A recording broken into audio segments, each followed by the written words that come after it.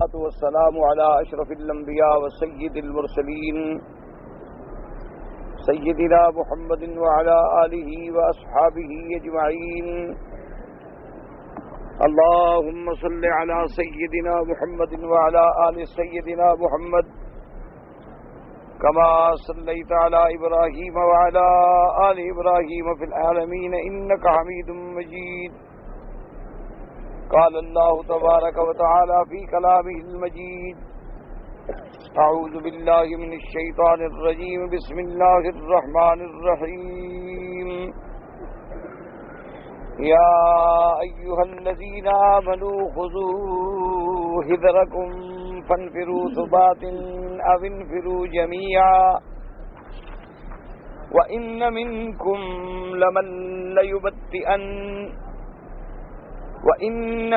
لمن ليبطئن فإن أصابتكم مصيبة قالوا قد أنعم الله علي إذ لم أكن معهم شهيدا ولئن أصابكم فضل من الله ليقولن كأن لم تكن بينكم وبينه مودة يا ليتني كنت معهم فأفوز فوزا عظيما. فليقاتل في سبيل الله الذين يشرون الحياة الدنيا بالآخرة ومن يقاتل في سبيل الله فيقتل أو يغلب فسوف نؤتيه أجرا عظيما. سورۃ النساء کی ان آیات میں اللہ تبارک و تعالی نے منافقین کے احوال کا ذکر فرمایا ہے،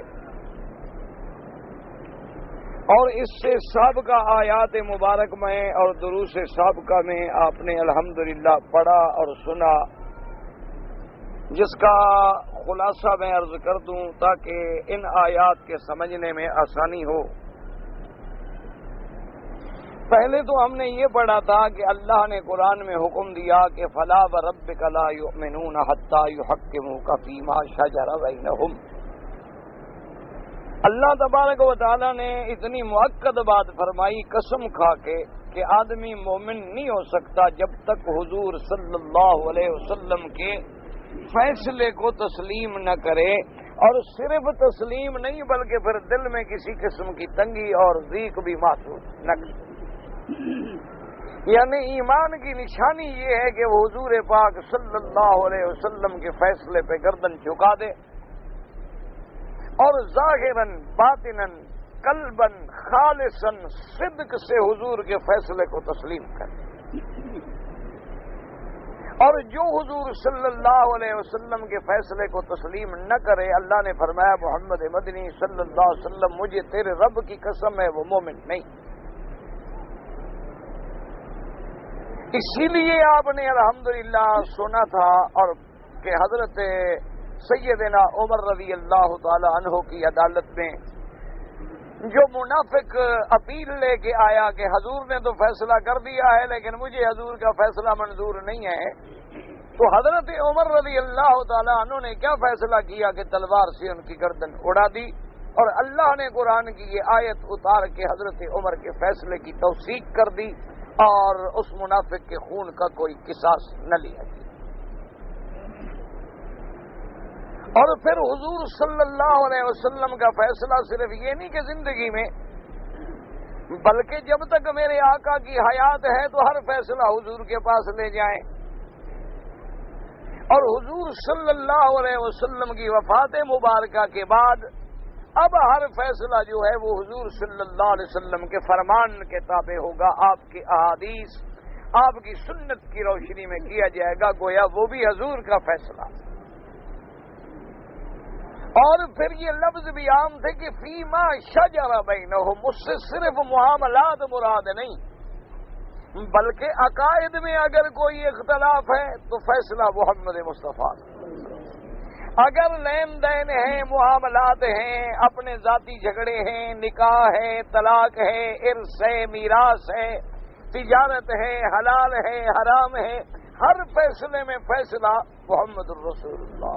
صلی اللہ علیہ وسلم کا، اور جس کا اس پر ایمان نہیں وہ مسلمان ہے۔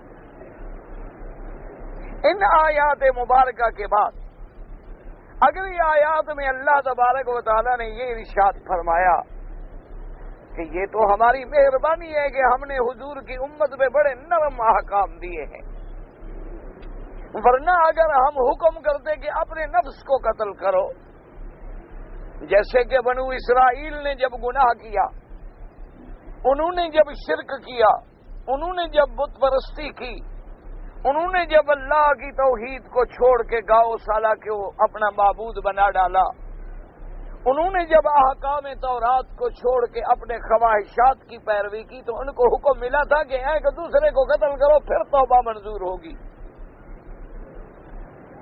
اللہ تبارک و تعالیٰ نے فرمایا کہ ہم اگر حکم دیتے وَلَوْ أَنَّا كَتَبْنَا عَلَيْهِمْ أَنِ اقْتُلُوا أَنفُسَكُمْ وَاخْرُجُوا مِنْ دِيَارِكُمْ، اگر ہم یہ حکم دیتے کہ ہر آدمی اپنے آپ کو خود قتل کرے پھر ہم راضی ہوں گے، یا ہر آدمی جو ہے اپنا گھر چھوڑ کے اللہ کے دین کے لیے ہجرت کرے، اگر ایسا سخت حکم دے دیتے ما فعلوہ الا قلیل منہم، پھر تو بہت تھوڑے لوگ ہوتے جو اس پہ عمل کرتے۔ حالانکہ اگر عمل کر لیتے تو ان کے لیے بہت ہی بہتر تھا، لیکن یاد رکھیں کہ ان احکامات پر حضور پاک صلی اللہ علیہ وسلم کے صحابہ نے عمل کر کے دکھا دیا کہ جہاں حضور نے ان کو جہاد کے لیے دعوت دی، صحابہ سب کو چھوڑ کے جہاد میں تیار ہو گئے۔ حضور صلی اللہ علیہ وسلم نے انہیں جب مکے سے ہجرت کی ہدایت کی، ہجرت کا حکم دیا، وہ سب کچھ اپنا مکے میں چھوڑ کے مدینہ منورہ چلے گئے۔ تو اس لیے اللہ نے فرمایا کہ ایسے احکام پہ تو بہت تھوڑے پھر لوگ عمل کرتے ہیں، یہ تو ہماری مہربانی ہے کہ ہم نے نرم احکام دیے ہیں، حضور کی امت پہ خصوصی رحمت فرمائی ہے، ان کے لیے احکامات میں بڑی نرمی ہے۔ اب دیکھیں نا کہ پہلے زمانے میں اگر کپڑا پلید ہو جائے تو اس کو کاٹ دینا پڑتا تھا، یعنی اس کے پاک ہونے کا کوئی راستہ ہی نہیں تھا۔ اسی طرح نماز جو ہے وہ ماں سوائے عبادت خانے کے، ماں سوائے مسجد کے ادا ہی نہیں ہوتی تھی۔ اسی طرح ماں سوا پانی کے پاکی حاصل ہی نہیں ہوتی تھی۔ اسی طرح اگر آدمی کوئی خیرات کرے، صدقات کرے تو پہاڑ پہ رکھ دے، آگ اترے گی اور کھا جائے گی۔ اگر آگ نہ اترے تو معنی یہ ہے کہ اللہ نے اس کا صدقہ قبول نہیں کیا، اور وہ بندہ دنیا میں رسوا اور ذلیل ہو جاتا تھا کہ بھئی یہ آدمی، لازمی بات ہے کہ حرام کا مال تھا، اللہ نے قبول نہیں کیا۔ اور جنگ کے بعد اموال غنیمت جو ہے وہ بھی مجاہدین میں تقسیم نہیں ہوتے تھے۔ یہ تو اللہ تبارک و تعالیٰ نے رحمت للعالمین سید الاولین والآخرین شفیع المذنبین سیدنا محمد الرسول اللہ صلی اللہ علیہ وسلم کو جب بھیجا تو ان کی امت پہ رحمتوں کی برسات فرما دی۔ حضور صلی اللہ علیہ وسلم نے فرمایا احلت لی الغنائم، اللہ نے میری امت کے لیے غنیمت کو حلال کر دیا۔ وجعلت لی الارض مسجدا وطہورا، اللہ نے پوری کائنات کی مٹی کو ہمارے لیے پاک کر دیا اور سجدے کی اجازت دے دی کہ جہاں بھی کھڑے ہو وہی نماز پڑھ لو۔ مسجد ہے نہیں ہے، دنیا کے کسی کونے میں ہے، کسی خطے میں ہے، وہی نماز پڑھ لیں۔ اللہ نے میری امت کے لیے اس مٹی کو پاک بھی بنا دیا کہ اگر پانی نہ ملے فَإِن لَّمْ تَجِدُوا مَاءً فَتَيَمَّمُوا صَعِيدًا طَيِّبًا، کہ پانی نہ ملے تو بس مٹی سے تیمم کر لو اور نمازیں پڑھ لو، اور جب تک پانی نہ ملے تیمم کرتے رہو۔ اور اسی تیمم کو اللہ نے وضو کا قائم مقام بھی بنا دیا اور غسل کے قائم مقام بھی بنا دیا۔ اور اسی طرح اگر کوئی لباس پلید ہو گیا ہے، بدن کا کچھ حصہ ناپاک ہو گیا ہے تو پانی سے دھو ڈالو، کاٹنے کی کوئی ضرورت نہیں۔ تو یہ سارے رحمت کے فیصلے آئے، لیکن اللہ نے ایک پابندی لگا دی کہ ہر آدمی اپنی عقل سے فیصلے نہ کرے، ہر آدمی اپنی رائے سے فیصلے نہ کرے، ہر آدمی اپنے فکر اور عقل کو اپنا امام نہ بنائے، بلکہ ہر آدمی جس نے کلمہ پڑھا ہے محمد الرسول اللہ صلی اللہ علیہ وسلم، وہ حضور کو اپنا امام، حضور کو اپنا مقتدا، حضور کو اپنا سردار، اور حضور صلی اللہ علیہ وسلم کے اعمال کو چلنے میں فلاح دارین سمجھے اور عقیدہ رکھے۔ یہ ساری باتیں پڑھنے کے بعد پھر اللہ نے حکم دیا کہ وَمَن يُطِعِ اللَّهَ وَالرَّسُولَ، کہ جو شخص اللہ کی اطاعت کرے، اللہ کے رسول کی اطاعت کرے، کیونکہ بعض احکام ایسی ہوتی ہیں جن میں وضاحت کی ضرورت نہیں ہوتی. اللہ کا حکم ہے، بس سیدھی سی بات ہے کہ بھی بکری حلال ہے اور خنزیر حرام ہے، واضح بات کہ یہ حلال ہے، یہ حرام.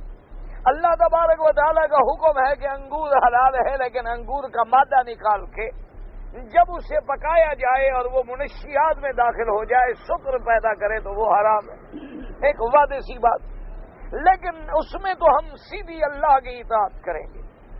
اور بعض احکام ایسے ہوتی ہیں جن میں تشریح کی ضرورت ہوتی ہے کہ بھی اللہ نے حکم دیا ہے نماز پڑھو، آمنا وصدقنا، لیکن ہم نماز کیسے پڑھیں گے تو اس کی تشریح کون کریں گے؟ محمد الرسول اللہ صلی اللہ علیہ وسلم. اب کسی کو یہ حق نہیں پہنچتا کہ قرآن میں پڑھ لے اقیم الصلاۃ، نماز قائم کرو، وہ اپنے عقل سے قائم کرے.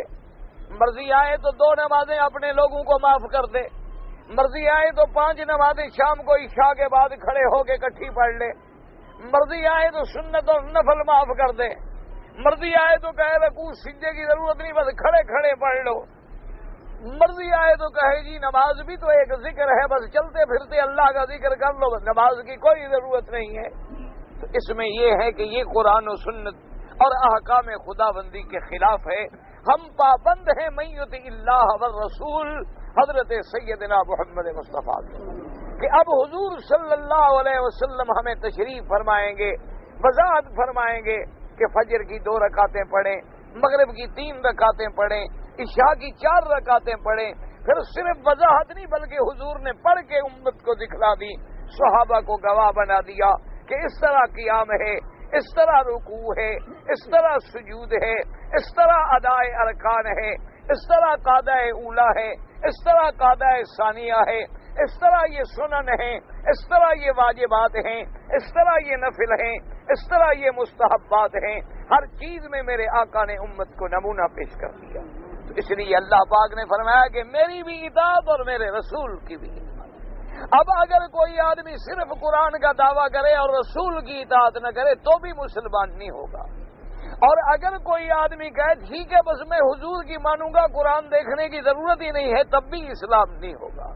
اللہ کی اطاعت بھی ہوگی اور اللہ کے رسول کی اطاعت بھی ہوگی. یعنی جن احکامات میں ہمیں فرمانے خداوندی ملے گا، اور اس کو میرے پاک نبی نے رحمت 2 جہان سرکار مدینہ صلی اللہ علیہ وسلم نے جب اپنے صحابی کو اپنا رسول بنا کر اپنی طرف سے خلیفہ بنا کے بھیجا یمن کی طرف، تو حضور پاک نے فرمایا کہ میرے پیارے صحابی تم پہلی دفعہ امیر بن کے یمن جا رہے ہو، اگر وہاں جھگڑے ہوں گے، وہاں معاملات آئیں گے، وہاں قضایا ہوں گے تو کیسے فیصلہ کرو گے؟ تو اس نے عرض کیا کہ یا رسول اللہ صلی اللہ علیہ وسلم احکم بکتاب اللہ، میں ان کے درمیان میں اللہ کے قرآن کے مطابق فیصلہ کروں گا. حضور پاک صلی اللہ علیہ وسلم نے مزید فرمایا فَإِن لَمْ تَجِدْ کہ اگر وہ مسئلہ قرآن پاک میں تمہیں نہ ملے، دیکھو نا جیسے آج ہم ڈھونڈنا شروع کریں گے جی 3 رکعت مغرب کی اور عشاء کی 4 رکعت یہ قرآن کی کس آیت میں لکھی ہوئی ہیں، تو صاف بات ہے ہمیں قرآن میں تو نہیں ملیں گی.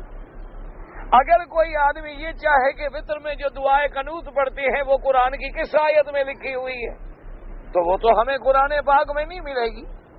اسی لیے بہت ساری ایسی باتیں ہوتی ہیں کہ جن کی تشریحات، جن کی تفصیلات کا ذکر اللہ کے قرآن میں نہیں ہے. تو حضور پاک نے سرکار دو عالم صلی اللہ علیہ وسلم نے فرمایا فَإِن لَمْ تَجِدْ بِكِتَابِ كِتَابِ اللَّهِ کہ اگر تم قرآن میں وہ مسئلہ نہ پاؤ تو پھر فیصلہ کیسے کرو گے؟ تو صحابی نے عرض کیا بسنت رسول اللہ، حضور پاک اگر وہ فیصلہ مجھے قرآن میں نہ ملا تو محمد کے فرمان میں ملے گا، کیونکہ حضور صلی اللہ علیہ وسلم کا فرمان بھی تو اللہ کا فرمان ہے. وَمَن يُطِعِ الرَّسُولَ فَقَدْ أَطَاعَ اللَّهَ، اور اللہ نے فرما دیا ہے مَا آتَاكُمُ الرَّسُولُ فَخُذُوهُ وَمَا نَهَاكُم عَنْهُ فَانتَهُوا کہ جو حکم میرا رسول دے پکڑ لو اور جس سے روکے رک جاؤ. اور یہ بھی تو اللہ نے حکم دیا ہے لَقَدْ كَانَ لَكُمْ فِي رَسُولِ اللَّهِ أُسْوَةٌ حَسَنَةٌ کہ حضور کے ہر عمل میں تمہارے لیے نمونہ ہے. تو حضور اگر مجھے قرآن میں نہیں ملا تو میں آپ کے فرمان میں تلاش کروں گا. اب حضور صلی اللہ علیہ وسلم نے مزید وضاحت چاہی کیونکہ آپ ایک نئے ملک میں جا رہے ہیں اور وہاں نئے نئے مسائل پیش آ سکتے ہیں۔ حضور نے فرمایا کہ اچھا اگر وہ مسئلہ تمہیں قرآن میں بھی نہ ملے اور میری حدیث میں بھی نہ ملے تو پھر کیا کرو؟ کیونکہ بہت سارے مسائل ایسے بھی ہوتے ہیں جن کا ذکر حدیث مبارک میں بھی نہیں ہے۔ جیسے آج کوئی آدمی لاؤڈ سپیکر پہ نماز پڑھنے کو حدیث میں ڈھونڈنا تلاش کرے تو حدیث میں لاؤڈ سپیکر کہاں سے ملے گا؟ اگر آج کوئی آدمی جو ہے خون کی تبدیلی کو کسی دوسرے بندے کا خون داخل کرنے کا مسئلہ تلاش کرے تو کہاں سے تلاش کرے گا؟ اگر آج کوئی آدمی کسی کی آنکھ نکال کے مرنے کے وقت میں دوسرے بندے میں لگانے کے مسئلے کو تلاش کرے تو کیسے تلاش کرے گا؟ کیونکہ یہ باتیں تو حضور پاک صلی اللہ علیہ وسلم کے زمانے میں بھی نہیں آئی۔ اسی طرح کوئی آدمی مثلا آسان سی بات ہے کہ اگر اس تلاش میں پڑے کہ بھئی ہوائی جہاز میں جب ہم اڑتے ہیں تو ہوائی جہاز کے اندر اسی فضا کے اندر بھی کیا ہم نماز ادا کر سکتے ہیں یا نہیں کر سکتے، تو نہ تو یہ ہمیں مسئلہ قرآن میں ملے گا اور نہ ہمیں حدیث محمد مصطفیٰ میں ملے گا، کیونکہ حضور کے زمانے میں تو ہوائی جہاز ایجاد ہی نہیں ہوئے، اور پھر نماز کی فرضیت کا تعلق جو ہے وہ زمین سے ہے، نماز کی فرضیت کا تعلق جو ہے فضا یا آسمانوں سے نہیں ہے، تو اب آدمی پریشان ہوگا۔ تو اس لیے حضور پاک سرکار دو عالم صلی اللہ علیہ وسلم نے یہ مسئلے بھی قیامت تک حل کر دیے۔ فرمایا کہ میرے صحابی اگر تمہیں میری حدیث میں بھی وہ مسئلہ نہ ملے تو کیا کرو گے؟ اس نے کہا اجتہد یا رسول اللہ، اگر مجھے مسئلہ قرآن میں بھی نہ ملا حدیث میں بھی نہ ملا تو پھر قرآن و حدیث کی روشنی میں اس مسئلے کو حل کروں گا۔ قرآن و حدیث کی روشنی میں ڈھونڈوں گا کہ بھی مجھے ہوائی جہاز تو نہیں ملتا لیکن اس سلیمان کا تخت اڑتا ہوا تو قرآن میں مجھے مل رہا ہے، اور سلیمان اللہ کے نبی ہیں، تو اس تخت کے اڑنے میں اور ہوائی جہاز کے اڑنے میں کیا فرق ہو سکتا ہے؟ تو اس لیے اب میں مسئلہ وہاں سے ڈھونڈ نکالوں گا، اور اسی طریقے سے میں ان مسائل کو اس پہ قیاس کروں گا کہ جو مسائل احادیث مبارک میں گزر چکے ہیں، کہ جیسے ایک آدمی کی ناک کٹ گئی تو حضور نے سونے کے لگانے کی اجازت عطا فرما دی، اسی طرح حضور صلی اللہ علیہ وسلم نے فسد کرا کے خون نکالنا جو ہے اس کی اجازت بھی عطا فرما دی۔ تو اب ان مسائل کو سامنے رکھ کر مجتہدین اور فقہا محدثین رحمت اللہ علیہم اجمعین، اللہ ان کی قبروں پہ کروڑوں رحمتیں کرے، پھر وہ قرآن و سنت کی روشنی میں سے ہمیں موتی نکال کے دیں گے۔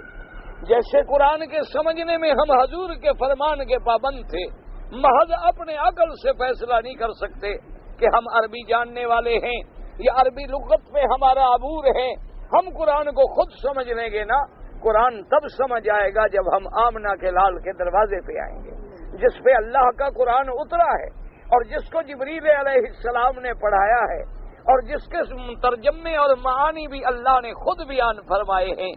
اور اسی طرح ہمیں احادیث رسول پاک، فرمان رسول مدنی، وہ بھی اس وقت تک سمجھ نہیں آئے گا جب تک ہم صحابہ کے دروازے پہ نہیں آئیں گے۔ اور اسی طرح وہ مسائل جو قرآن و حدیث میں نہیں ہوں گے، صحابہ کے اجماع میں نہیں ہوں گے، وہ بھی ہمیں سمجھ نہیں آئیں گے کہ جب تک ہم نہ علماء اور فقہا کے دروازے پہ نہ آئیں۔ اگر یہاں بھی ہم نے ہر آدمی کو اجازت دے دی کہ بھی ہر آدمی خود قرآن حدیث پڑھ کے عمل کرے تو نتیجہ ایسے ہوگا کہ جیسے کسی انگریزی پڑھے لکھے کو آپ میڈیکل سٹور میں کھڑا کر دیں کہ بھئی وہ دواؤں کے نام پڑھتا جائے اور مریضوں کو دیتا جائے، تو جو مریضوں کا انجام ہوگا وہ آپ کے سامنے ہے۔ اسی طرح پھر یہاں بھی وہی حالت ہوگی کہ دین و ایمان کے مسائل جو ہیں وہ الجھ کے رہ جائیں گے۔ اسی لیے اس سے پہلی آیت میں آپ نے پڑھا تھا، یہ بھی اللہ کا حکم ہے کہ اطیعوا اللہ واطیعوا الرسول واولی الامر منکم، ایمان والو اللہ کی فرما برداری کرو، اللہ کے رسول کی فرما برداری کرو اور اولی الامر کی فرما برداری کرو۔ اولی الامر سے کیا مراد ہے؟ علماء نے فرمایا کہ اگر دینی معاملہ ہے اولی الامر سے مراد علماء و فقہا ہے، اور اگر دنیاوی معاملہ ہے اولی الامر سے مراد امراء و حکام و بادشاہ ہیں، ان کے لیے بھی السمع والطاعہ۔ حضور نے فرمایا کہ اولی الامر کی اطاعت کریں، اولی الامر کی فرما برداری کریں۔ حضور پاک صلی اللہ علیہ وسلم نے بار بار تاکید کی ہے علیکم السمع والطاعہ، اور حضور نے فرمایا کبھی جماعت سے نہ نکلو۔ حضور نے فرمایا کبھی تم اپنے حاکموں میں، اگر اپنے امراء میں کوئی کمزوری بھی دیکھو پھر بھی اطاعت کرو۔ جیسے کہ ایک حدیث مبارک میں ہے، حضور نے فرمایا اسمعوا واطیعوا ولو کان عبد حبشی کأن رأسه زبیبۃ او کما قال رسول اللہ صلی اللہ علیہ وسلم۔ حضور نے فرمایا خبردار سنو اور فرما برداری کرو، چاہے تمہارے اوپر کوئی غلام حبشی کالے رنگ کا چھوٹے سر کا بھی حاکم کیوں نہ بن جائے۔ کیا مانا ہے؟ یعنی حقیر آدمی بھی حاکم بن جائے، کسی چھوٹی قوم کا آدمی بھی حاکم بن جائے، جب وہ تمہارا حاکم بن جائے تو اطاعت کرو۔ اس کی اطاعت صرف ہم کہاں نہیں کریں گے، الا ان یکون کفرا بواحا، ہاں اگر وہ اللہ اور اللہ کے رسول کے خلاف حکم دے تو پھر ہم اس کی اطاعت نہیں کریں گے۔ تو اس لیے حضور پاک صلی اللہ علیہ وسلم نے وضاحت فرما دی۔ اچھا اب جناب جب یہ مسئلہ آیا تو پھر اللہ نے انعام دیا کہ بھئی جو شخص اللہ اور اللہ کے رسول کی اطاعت کرے فَأُولَئِكَ مَعَ الَّذِينَ أَنْعَمَ اللَّهُ عَلَيْهِمْ، اللہ تبارک و تعالیٰ قیامت میں اس کو نبیین کے ساتھ، صدیقین کے ساتھ، شہداء کے ساتھ، صالحین کے ساتھ رکھیں گے۔ اس کا شان نزول بھی آپ نے پڑھا تھا کہ ایک صحابی نے عرض کیا کہ یا رسول اللہ صلی اللہ علیہ وسلم، میں جب گھر میں بیٹھا ہوتا ہوں مجھے آپ کی یاد ستاتی ہے تو میں فوراً حاضر ہو جاتا ہوں اور آپ کے چہرے انور پہ اپنی نظریں ڈال کے سینہ ٹھنڈا کر لیتا ہوں، لیکن مجھے فکر ہے کہ جب قیامت ہوگی آپ تو جنت کے اعلیٰ درجوں میں ہوں گے اور ہم تو کہیں نیچے ہوں گے، تو پھر آپ کو ہم کیسے ملیں گے؟ تو اللہ نے فرمایا کہ جو میری اطاعت کرے اور جو میرے رسول کی اطاعت کرے ان کو ہم نبیوں کے ساتھ معیت نصیب کریں گے، ان کو قیامت والے دن ہم صدیقین و شہداء صالحین کی معیت نصیب کریں گے۔ تو اب صحابہ جو تھے وہ بڑے خوش ہوئے، اور اسی طرح حضرت انس رضی اللہ تعالیٰ عنہ کہتے ہیں کہ ایک صحابی نے پوچھا کہ یا رسول اللہ صلی اللہ علیہ وسلم، ہمارے عمل جو ہیں وہ تو آپ کے عمل کا مقابلہ نہیں کر سکتے، اللہ کے نبی کے عمل کہاں اور ہمارے عمل کہاں؟ وہ اخلاص، وہ صدق، وہ صفا، وہ خشوع، وہ خضوع ہم کہاں سے پیدا کریں؟ بھئی نمازیں تو ہم بھی پڑھتے ہیں، لیکن کہاں صحابہ کی نماز اور کہاں ہماری نماز؟ نمازیں تو ہم بھی پڑھتے ہیں، کہاں اہل بیت کی نماز اور کہاں ہماری نماز؟ نمازیں تو ہم بھی پڑھتے ہیں، لیکن کہاں اولیاء اللہ کی نمازیں، کہاں ان کی عبادات اور کہاں ہماری عبادات؟ ہماری عبادات پہلے تو ریا سے خالی نہیں ہوتی، ہماری عبادات پہلے تو سمعت و شہرت سے خالی نہیں ہوتی، ہماری عبادات میں یہ ہوتا ہے کہ دماغ تو ہے لیکن دل کہیں دوسری جگہ کام کر رہا ہے، یا دل غافل ہے۔ یعنی آپ حیران ہوں گے، ابھی آپ اللہ کے حرم میں ہیں، یعنی آپ یقین فرمائیں کہ ابھی کتنے لوگ ہیں ایسے جن کو یہ بھول گیا ہوگا کہ امام نے پہلی رکعت میں کون سی آیت پڑھی، کیونکہ ادھر ہمارا دماغ ہی نہیں، ادھر ہمارا فکر ہی نہیں، ادھر ہماری سوچ ہی نہیں۔ آدمی یہ تو نہیں بھولا ہوگا کہ آج میں نے پیسے کتنی کمائے ہیں، آدمی یہ بالکل نہیں بھولا ہوگا کہ جب عمرے کے لیے میں گھر سے نکلا تو کتنے پیسے لے کے نکلا، یہ کبھی نہیں بھولا ہوگا کہ میرے اکاؤنٹ میں کتنی پیسہ پڑا ہے۔ لیکن ابھی جو ہم نے مغرب کی نماز پڑھی ہے، کتنے لوگ ہیں جن کو پہلی رکعت کی آیات یاد ہے؟ وجہ کیا ہے کہ ہماری نماز بس ایک روٹین ہے، ایک یعنی نقل ہے، ایک بات ہے۔ جیسے بعض لوگ نماز بڑی پابندی سے پڑھتے ہیں، لیکن نماز ان کی عادت ہوتی ہے، عبادت نہیں ہوتی۔ عبادت تو تب ہے کہ جب ہم اللہ اور اللہ کے رسول کے لیے نماز پڑھیں۔ وہ تو ایسی ہے جیسے کسی کو صبح غسل کرنے کی عادت ہے، وہ غسل نہ کرے اسے چین نہیں ملتا۔ تو بعض بچوں کو بچپن سے عادت ہو جاتی ہے، لیکن یہ پتہ نہیں کہ ذوق عبادت کیا ہے، یہ پتہ نہیں کہ نماز کیا ہے۔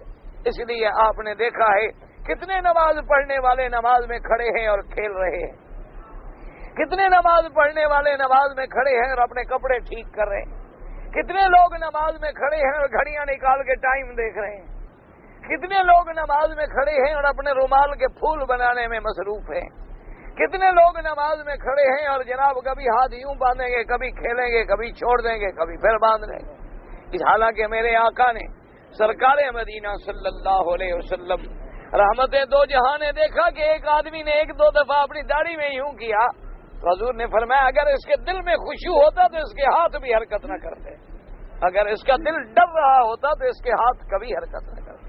آپ نے دیکھا ہے کہ آپ کبھی عدالت میں پیش ہوں، آپ کبھی کورٹ میں کھڑے ہوں، آپ اپنے کبھی کسی بڑے آفیسر کے پاس باس کے سامنے کھڑے ہوں تو بالکل آپ کا بدن حرکت نہیں کرتا، آپ نے دیکھا ہے کہ پولیس کے جوان ڈیوٹی دے رہے ہوتے ہیں، کئی دفعہ گمان گزرتا ہے کہ ان کو ہاتھ لگا کے دیکھیں زندہ ہیں یا مجسمے کھڑے ہوئے ہیں، یعنی ان کو اپنی ڈیوٹی کا اور اپنے آفیسر کا اتنا خوف ہے جتنا بندے کو خدا کا خوف نہیں، اللہ تبارک و تعالیٰ کا ڈر نہیں ہے، اللہ تبارک و تعالیٰ کا خوف ہمارے دلوں سے نکل گیا ہے۔ بلکہ جیسے بعض علماء متاخرین نے لکھا ہے سمجھانے کے لیے کہ نعوذ باللہ آج ہمارے دل میں ایک چوکیدار کا جتنا ڈر ہے، ایک چپراسی کا جتنا ڈر ہے، ایک چھوٹے بچے کا جتنا ڈر ہے، اتنا بھی نعوذ باللہ خدا کا ڈر نہیں۔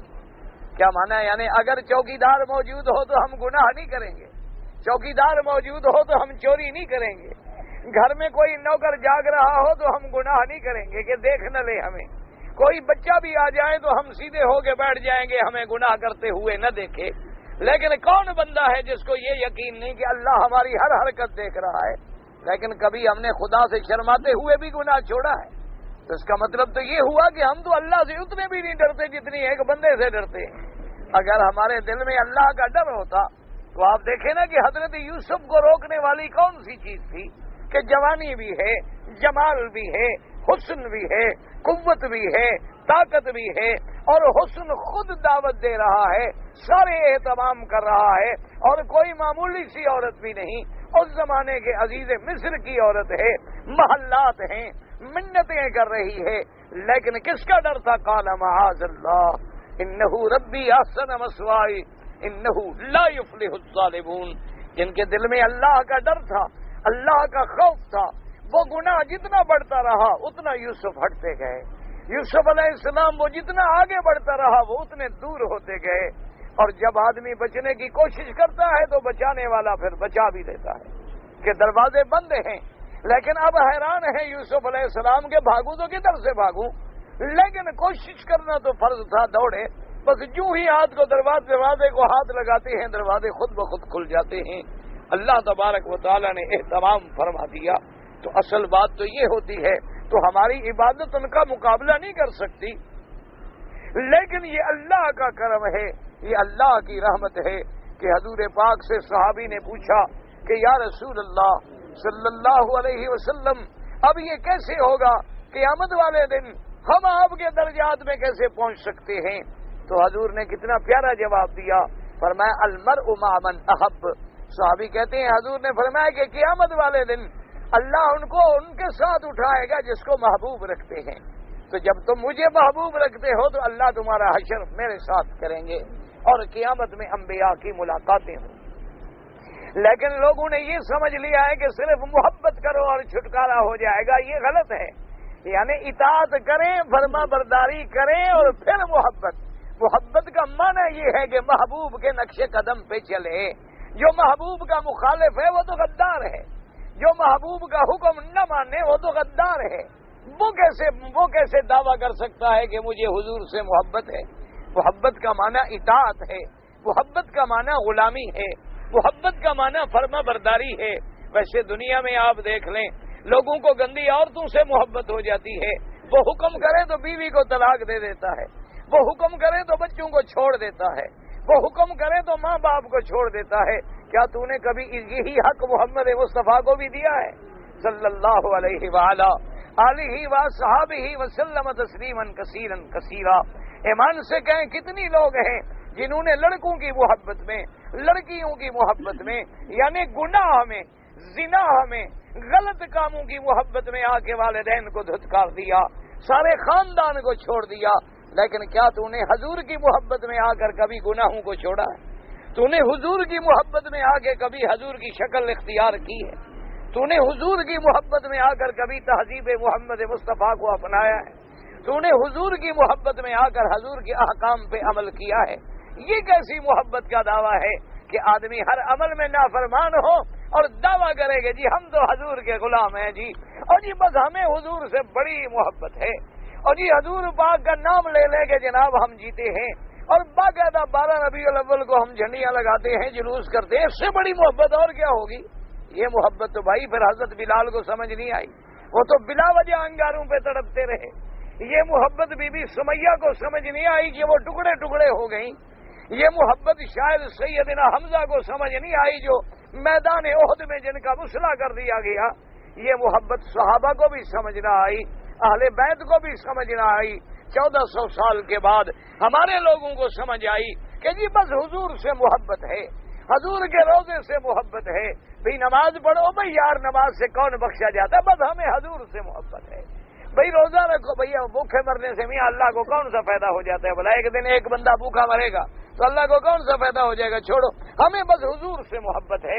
یہ محبت نہیں، یہ غداری ہے، یہ محبت نہیں، یہ نفاق ہے، یہ محبت نہیں، یہ استہزاء ہے، یہ محبت نہیں، یہ گستاخی ہے حضور کی شان میں کہ حضور کا حکم نہ مانے اور دعویٰ کرے۔ چاہتے ہو قل ان کنتم تحبون اللہ، کیا تم چاہتے ہو کہ اللہ سے محبت کرو؟ تو اگر آدمی کہتا ہے کہ ہاں جی ہم چاہتے ہیں، تو فرمایا طریقہ کیا ہے؟ فاتبعونی، محمد مصطفیٰ نے فرمایا پھر میری اتباع کرو۔ جب تم میری اتباع کرو گے یحببکم اللہ، اب صرف یہ نہیں کہ تم اللہ کو محبوب بلکہ اللہ تمہیں محبوب رکھیں گے۔ شرط یہ ہے کہ تم اتباع محمد مصطفیٰ صلی اللہ علیہ وسلم، حضور نے حکم دیا ہے وہی شکل بناؤ، حضور نے حکم دیا ہے وہی عمل بناؤ، حضور نے حکم دیا ہے وہی چیزیں اپناؤ، حضور نے فرمایا حلال ہے حلال، فرمایا حرام ہے حرام، جن چیزوں سے منع کیا ہے رک جاؤ، جن چیزوں کا حکم دیا ہے ان کو اپنا لو، پھر جا کے تمہیں کامیابی ہوگی اور قیامت میں تمہیں درجہ ملے گا۔ کیا درجہ ہوگا؟ مع النبیین والصدیقین والشہداء والصالحین۔ اب دیکھیں یہاں کتنے درجوں کا ذکر ہے؟ 4 درجوں کا ذکر ہے۔ پہلا درجہ کیا ہے؟ النبیین، دوسرا درجہ کیا ہے؟ الصدیقین، اور تیسرا درجہ کیا ہے؟ الشہداء، اور چوتھا درجہ کیا ہے؟ الصالحین۔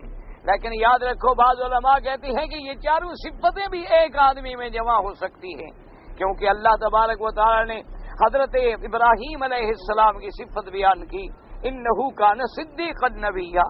اسی طرح اللہ تبارک و تعالی نے حضرت پیغمبر علیہ السلام کی صفت بیان کی، انہ من عبادنا الصالحین۔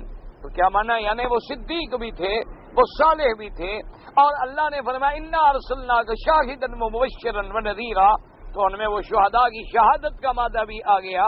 تو اس لیے بعض علماء فرماتے ہیں کہ یہ چاروں صفتیں ایک بندے میں بھی جمع ہو سکتی ہیں، کہ جیسے میرے آقا نبی بھی ہیں، رسول بھی ہیں، اور میرے مدنی صادق الوعد الامین بھی ہیں، اور میرے مدنی صلاحیت کے اعلیٰ مراتب پر بھی ہیں۔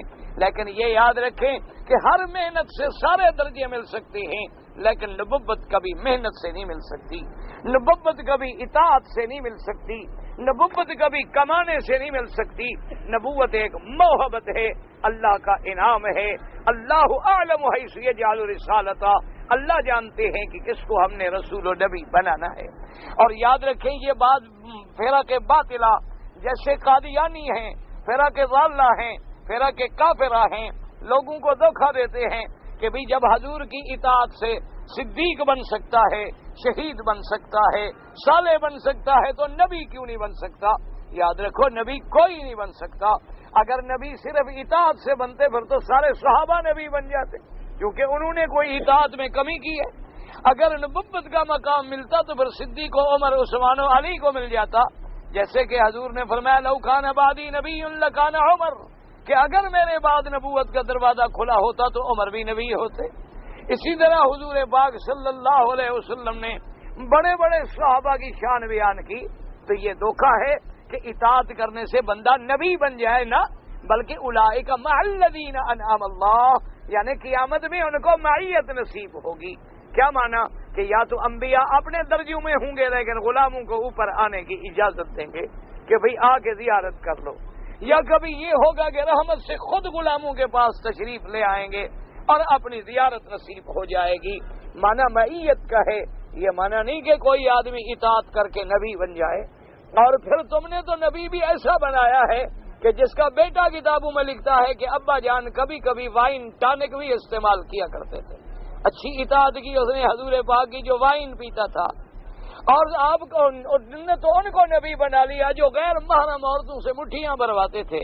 یہ اطاعت تھی محمد رسول اللہ کی۔ حضور پاک نے فرمایا کہ کفر کو دشمن سمجھو، اور مرزائیوں کا تو نبی بھی ایسا بنا جس نے کفر کے گیت گائے اور جس نے ایسی کتابیں لکھی جس میں جہاد کو حرام قرار دیا اور انگریزوں کی حکومت کو ذل سبحانی، اللہ کی رحمت کا ذل رحمت قرار دیا کہ خدا کی رحمت کا سایہ ہے ہم پر۔ تو ایسا آدمی یعنی جو انگریزوں کا خوشامدی ہو، کاسا لیس ہو، جو ٹوڈی ہو، وہ دعویٰ کرے. اور یاد رکھو ساری زندگی عبادت کرتے رہو، ہر درجہ مل سکتا ہے لیکن نبوت کا درجہ نہیں مل سکتا. نبوت جو ہے وہ وہابی ہوتی ہے، نبوت جو ہے وہ کسبی چیز نہیں ہوتی ہے. اب سمجھیں کہ یہ 4 درجے ہیں، تو بعض علماء فرماتے ہیں کہ یہ 4 درجے بھی ایک میں جمع ہو سکتے ہیں. اچھا، بعض علماء نے جیسے کہ راغب اصفہانی نے لکھا ہے، اس نے کہا کہ نہیں، ان مدارج کو سمجھو کہ سب سے پہلا درجہ کس کا ہے؟ نبیین کا، کیونکہ قرآن پاک نے فرما دیا ہے فَأُولَئِكَ مَعَ الَّذِينَ أَنْعَمَ اللَّهُ عَلَيْهِمْ مِنَ النَّبِيِّينَ وَالصِّدِّيقِينَ وَالشُّهَدَاءِ وَالصَّالِحِينَ. انہوں نے فرمایا کہ پہلا درجہ نبوت کا ہے. انہوں نے کہا کیا معنی؟ یوں سمجھو مثال کہ جیسے کوئی چیز ہو اور ایک آدمی بڑے قریب سے دیکھ رہا ہو، اس کو تو شبہ نہیں ہو سکتا. اب دیکھو نا بھی اینک ہمارے سامنے ہے، تو اب اس کو ہم دیکھ رہے ہیں، ٹھیک ہے بھی اینک ہے، اس کا رنگ جو ہے سیاہ ہے، اس میں 2 شیشے لگے ہوئے ہیں اور یہ فلاں کمپنی کی ہے، اس کا نام بھی لکھا ہوا ہے، اس کی سائز بھی لکھی ہوئی ہے، جو قریب سے دیکھ رہا. انہوں نے کہا نبیوں کا مقام ایسے ہے کہ وہ اللہ تبارک و تعالیٰ کی آیات کو گویا قریب سے دیکھ رہے ہیں. ان کے دیکھنے میں کسی قسم کا شبہ نہیں ہوتا، ان کے دیکھنے میں کسی قسم کا شک نہیں ہوتا. اس لیے فرمایا قرآن نے افتمارونہ علی ما یری، کیا تم شک کرتے ہو جو کچھ میرے مدنی نے دیکھا ہے، جو معراج میں حضور نے دیکھا، جو اسراء میں حضور نے دیکھا، کیا تم شک کرتے ہو؟ حضور نے تو ہر چیز، تو یہ مقام نبوت ہے. اس کے بعد صدیقین، گو وہ نبوت کے قریب ہیں، دیکھ تو وہ بھی رہے ہیں لیکن ان کی مثال ایسے ہے جیسے دور سے دیکھ رہے ہوں. یعنی دیکھ تو رہے ہیں لیکن جیسے قریب کے دیکھنے والے کو چھوٹی سے چھوٹی باریکی بھی نظر آ جاتی ہے، دور سے دیکھنے والے کو مینار تو نظر آئے گا لیکن اس کی اینٹ کی باریکیاں، اس میں جو جالیاں لگی ہوئی ہیں، اس میں جو کام ہوا ہے، اس میں جو نکریں بنی ہوئی ہیں، وہ چھوٹی چھوٹی چیزیں نظر نہیں آئیں گی. انہوں نے کہا صدیق کا درجہ جو ہے پھر یہ دوسرا ہے، یعنی دیکھ تو وہ بھی رہا ہے لیکن دور سے دیکھ رہا ہے، نظر تو اس کو بھی آ رہا ہے. جیسے نبی کا مرتبہ اتنا اونچا تھا کہ ہر چیز گویا قریب سے دیکھ رہے ہیں، صدیقین دیکھ تو رہے ہیں لیکن دور سے دیکھ رہے ہیں. انہوں نے فرمایا والشہداء، اور تیسرا درجہ کیا ہے؟ شہداء. انہوں نے کہا یہ شہداء سے مراد یہ ہے کہ جن لوگوں نے دلائل و براہین سے اپنے اللہ کو پہچانا ہے کہ دلائل ہیں، براہین ہیں، ان کے دلائل دیکھ کر وہ اللہ کی ذات تک، اللہ کی صفات کے پہچاننے پہ پہنچی ہے، یہ مرتبہ شہید کا ہے. فرمایا والصالحین، اب شہداء کے مرتبے کی مثال ایسی ہے ان تعبد اللہ کأنک تراہ، کہ ایسے خدا کی عبادت کرو کہ جیسے گویا تم خدا کو دیکھ رہے ہو. اچھا، اس کے بعد انہوں نے فرمایا صالحین، یہ وہ ہیں کہ مشاہدہ نہیں بلکہ انہوں نے کسی کی اتباع کر کے، ائمہ فقہاء کی بات مان کے، محدثین کی بات مان کے، ائمہ مجتہدین کی بات مان کے اس پہ عمل کیا تو صالحین کے درجے میں پہنچے. انہوں نے فرمایا یہ تقسیم ہے، یہ مدارج ہیں، یہ درجات ہیں. اسی لیے بعد نے فرمایا کہ نہیں، نبیین، صدیقین، اس کے بعد شہداء جنہوں نے اللہ کے راستے میں جانیں قربان کر دی. کیوں؟ آخری بازی جو ہے بندے کے پاس جانی ہے، جب وہ بھی اللہ پہ قربان کر دے تو باقی اس کے بلے میں کیا رہ جائے. والصالحین عامۃ المومنین، لیکن شرط یہ ہے الذین صلحت سریرتہم، جن کا اندر بھی ٹھیک اور باہر بھی ٹھیک. اس لیے اللہ نے فرمایا کہ تم اگر میری اطاعت کرو گے، میرے رسول مدنی پاک کی اطاعت کرو گے صلی اللہ علیہ وسلم، تو ہم تمہیں معیت نصیب کریں گے قیامت میں. اگر بہت بڑا درجہ ہے تو نبیوں کے قریب یا صدیقین کے قریب یا شہداء کے قریب یا صالحین کے قریب. اور فرمایا وحسن اولئک رفیقا، اور یہ کتنی بہترین پسندیدہ رفاقت ہے. اور یہ بھی سمجھو کہ یہ رفاقت، یہ معیت، یہ جنت، تیرے عمل سے حاصل نہیں ہو سکتی. ذالک الفضل من اللہ، یہ اللہ کا فضل ہے، اللہ کا احسان ہے. وَكَفَى بِاللَّهِ عَلِيمًا، اور اللہ کا علم تام ہے، کامل ہے، محیط ہے. جس کو جنت دی ہے وہ جانتے ہیں، اس کے علم میں ہے کہ یہ جنت کے قابل ہے.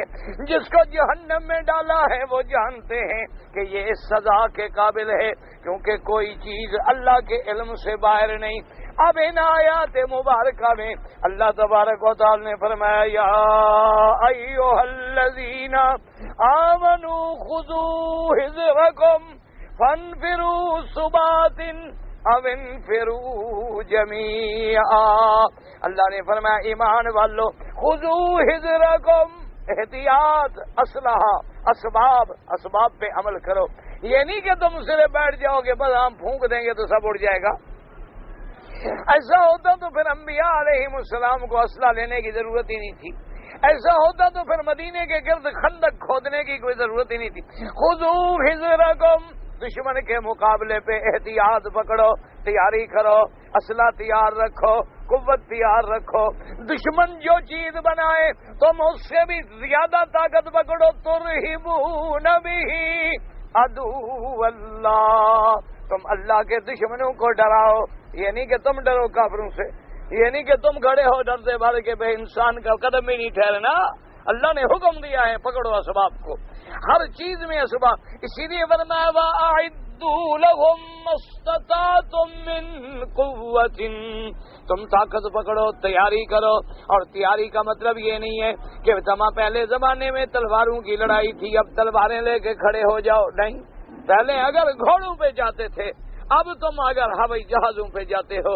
جو ضروریات ہیں اس کے مطابق تیاری کرو. فَانْفِرُوا ثُبَاتٍ، پھر تم جو ہے ٹکڑے ٹکڑے، سریا، اب انفروا جمیعا، یا بالکل کٹھے لشکر کی شکل میں نکلو. کیا ماننا؟ اللہ نے فرمایا کہ دشمن کے مقابلے پہ اکیلے نہ نکلو. فَانْفِرُوا ثُبَاتٍ، جماعت نکلو. سریا کہتی ہیں چھوٹی جماعت، چھوٹا لشکر، چھوٹی فوج کا دستہ.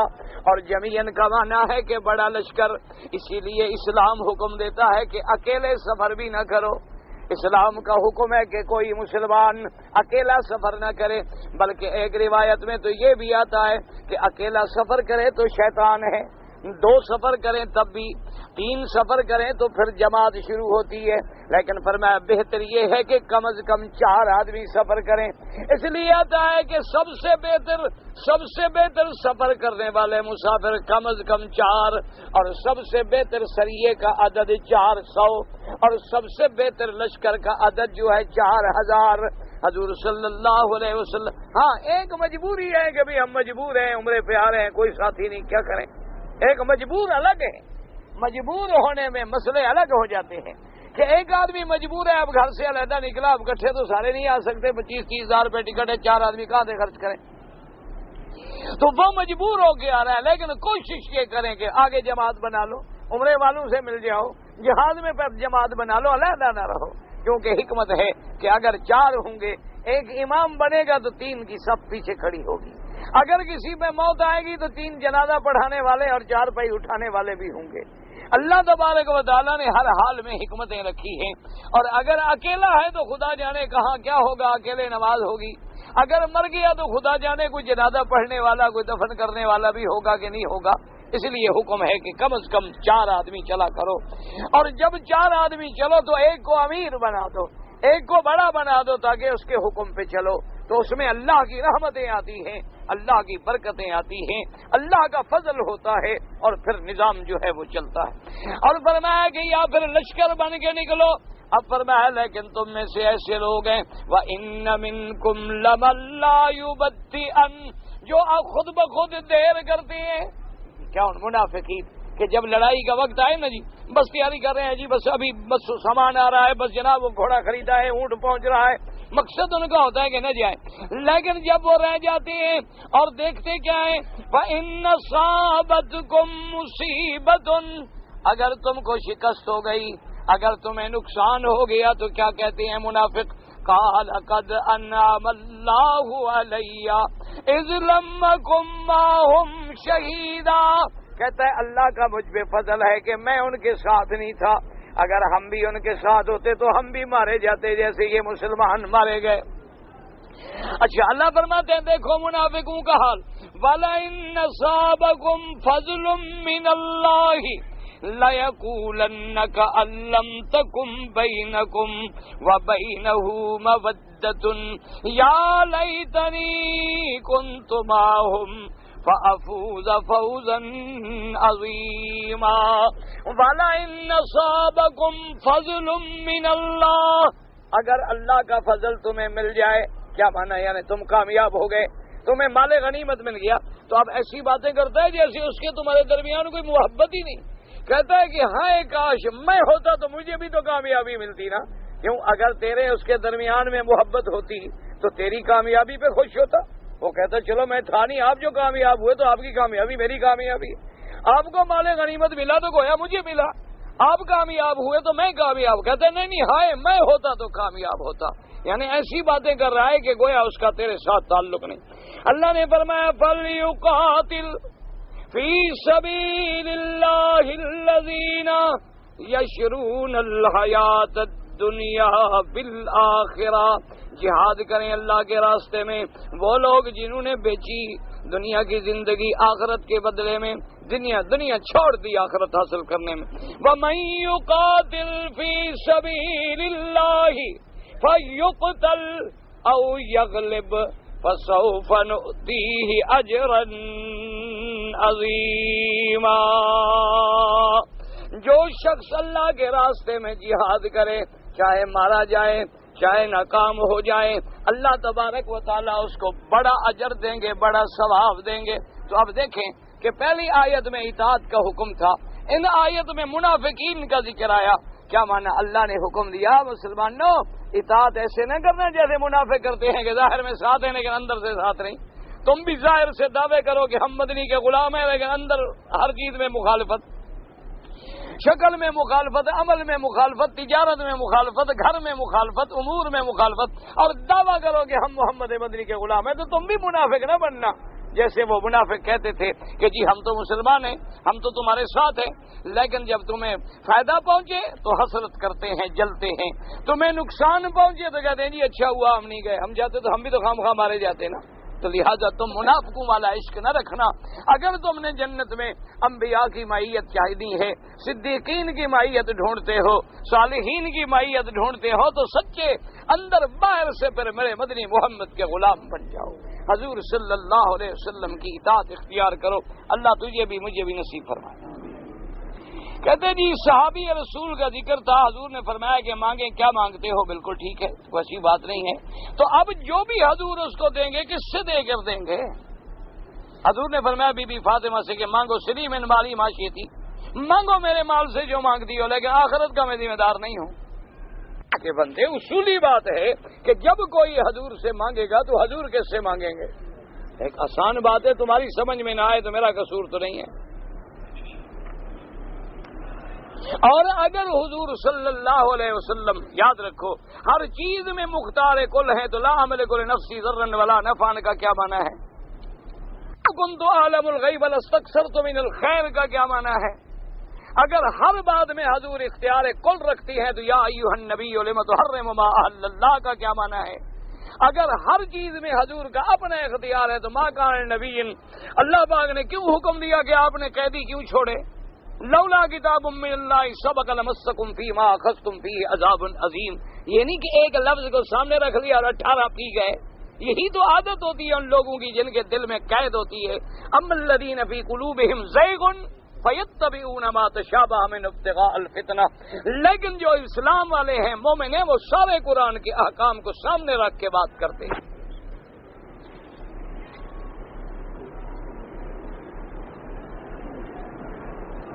حضور کا نکاح جو 25 سال کی عمر میں ہوا ہے وہ آپ کے چچا ابی طالب نے کرایا، اور کس نے کرایا ہے؟ اس زمانے میں بھی نکاح تھے، مشرکین مکہ جو ہیں باقاعدہ نکاح کرتے تھے، ختنہ کرتے تھے، عقیقہ کرتے تھے، حج پڑھتے تھے، لیکن شرک کرتے تھے، اس لیے برباد ہو گئے۔ جیسے آج کتنے مسلمان ہیں نکاح کرتے ہیں، ختنے کرتے ہیں، نمازیں پڑھتے ہیں، لیکن شرک کرتے ہیں، برباد ہو رہے ہیں۔ یہی مصیبت ان میں تھی. یہ نہیں کہ وہ تو کعبے کے طواف کرتے تھے, کعبہ بناتے تھے, احرام باندھتے تھے, لبیک اللہم لبیک پڑھتے تھے, نکاح پڑھتے تھے, باقاعدہ نکاح کا خطبہ پڑھتے تھے. اگر آپ وہ خطبہ دیکھیں تو آج آپ کے 10 مولوی بھی اکٹھے ہو گئے, وہ خطبہ نہیں پڑھ سکتے. اتنے فصیح اور بلیغ خطبے ہوتے تھے. لیکن وجہ کیا ہے کہ اللہ کو بھی مانتے تھے, اللہ کے ساتھ پھر چھوٹے چھوٹے اور بھی سفارشی مانتے تھے. جیسے ماشاءاللہ ہمارا مسلمان بھی کہتے ہیں لا الہ الا اللہ, اللہ تیرے سوا معبود برحق کوئی نہیں. اور کبھی کبھی داتا کی قبر پہ بھی, کبھی کبھی شہباز قلندر سے بھی بچڑا مانگ لیتا ہے. یہی شرک ہے, اسی کا نام شرک ہے, اسی کو مشرک کہتے ہیں. اللہ کو مانے, اللہ کے ساتھ کسی دوسرے کو شریک کرے, اسی کا معنی تو ہے مشرک. مشرک اس کو نہیں کہتے جو خدا کو نہ مانے, وہ تو داریہ ہوتا ہے. مشرک کا معنی یہ ہے کہ مولا سب کو پیدا کرنے والا تو ہے, لیکن مجھے تو خیر داتا دیں. ویسے داتا کو بھی آپ نے پیدا کیا ہے, لیکن میں ان سے لوں گا, میرے قریب ہیں, آپ کے پاس آنے میں بڑی مشکل ہے. شرک ہے, اسی کو سمجھو خدا کے لیے. اچھا جی, ایک آدمی کالے دھن سے روپیہ پیسہ جمع کرتا ہے, غریبوں میں تقسیم, کوئی آدمی لوٹ کے غریبوں میں تقسیم کر دے, لوٹنے والے کو ڈاکے کی سزا ملے گی. یہ حکم اس کو اسلام نے دیا ہے کہ لوٹ لو. کالے دھن سے جو جمع کر رہا ہے وہ خود پکڑا جائے گا, اس کو سزا دینے کا ڈاکو کو تو اختیار نہیں. ایسے ہو تو پھر تو ساری دنیا ایک دوسرے کو لوٹ لے. وہ کہے کہ تیرا کالا دھن ہے, وہ کہے تیرا کالا دھن ہے. یہ اچھی بات ہے, پھر تو نظام عالم درہم برہم ہو جائے. بعض میں مجھے گندے خیالات آتے ہیں کہ ایمان کی نشانی ہے. اگر ایمان تیرے اندر نہ ہو تو شیطان کو چھیڑنے کی ضرورت ہی نہیں. شیطان اسی لیے تو چھیڑتا ہے کہ تم مومن ہو. تم پڑھتے رہو, ان خیالات کا کوئی فکر نہ کرو, یہ معاف ہیں.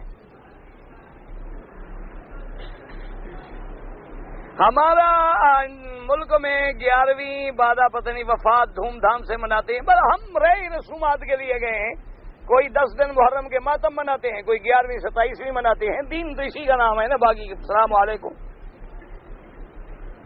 قرآن پڑھ کے کسی کو بخش دیں, اللہ ثواب دیں گے انشاءاللہ.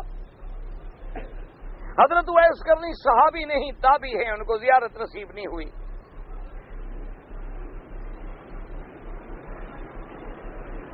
ہاتھ اٹھا کر مرنے والے کے لیے دعا اٹھانا کوئی ضروری نہیں ہے, بس کہہ سکتے ہیں آپ بغیر ہاتھ اٹھائے عزم اللہ اجرکم, اللہ تمہارا اجر زیادہ کرے, اللہ تمہیں صبر عطا فرمائے, بس دعا ہے.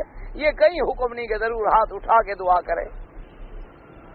اصل میں مصیبت یہ ہوتی ہے نا کہ ہم ہاتھ اس لیے اٹھاتے ہیں کہ لوگوں کو پتہ لگے کہ ہم دعا کر رہے ہیں, بد دعا کرنے نہیں آئے. ہم نے دکھانا بھی تو ہوتا ہے نا لوگوں کو. مصیبت یہ ہے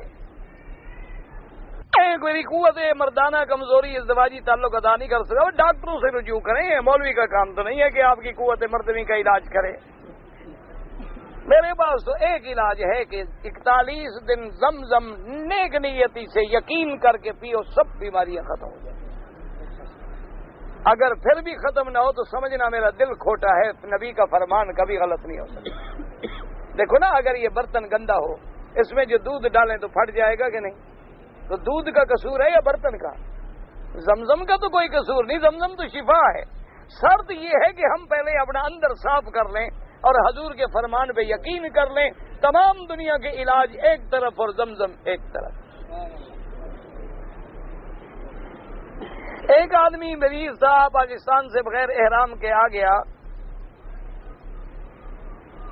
بہرحال بیمار ہونے میں گنجائش ہے, لیکن اللہ نے پیسہ دیا ہو تو ایک بکری ادا کر دے.